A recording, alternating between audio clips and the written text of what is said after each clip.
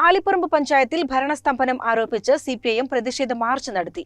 CPIM Perinthalmanna area secretary E Rajesh ഉദ്ഘാടനം ചെയ്തു. മുസ്ലിം ലീഗിലെ പഞ്ചായത്ത് പ്രസിഡന്റ് സ്ഥാനം ചൊല്ലിയുള്ള തർക്കം കാരണം ഭരണസ്തംഭനം ഒഴിവാക്കുക, മാലിന്യ സംസ്കരണം കാര്യക്ഷമമാക്കുക, റോഡുകളുടെ ശോചനീയാവസ്ഥ പരിഹരിക്കുക എന്നീ ആവശ്യങ്ങൾ ഉന്നയിച്ചാണ് പഞ്ചായത്ത് ഓഫീസ് മാർച്ച് നടത്തിയത്. ആലിപ്പറമ്പ് പഞ്ചായത്ത് ഓഫീസിലേക്ക് മാർച്ച് നടത്തുകയാണ്.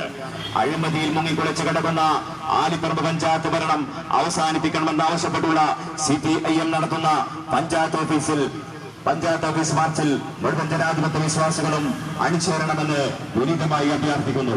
പാറൽ സെന്ററിൽ നിന്നും പ്രകടനമായാണ് പ്രവർത്തകർ എത്തിയത്.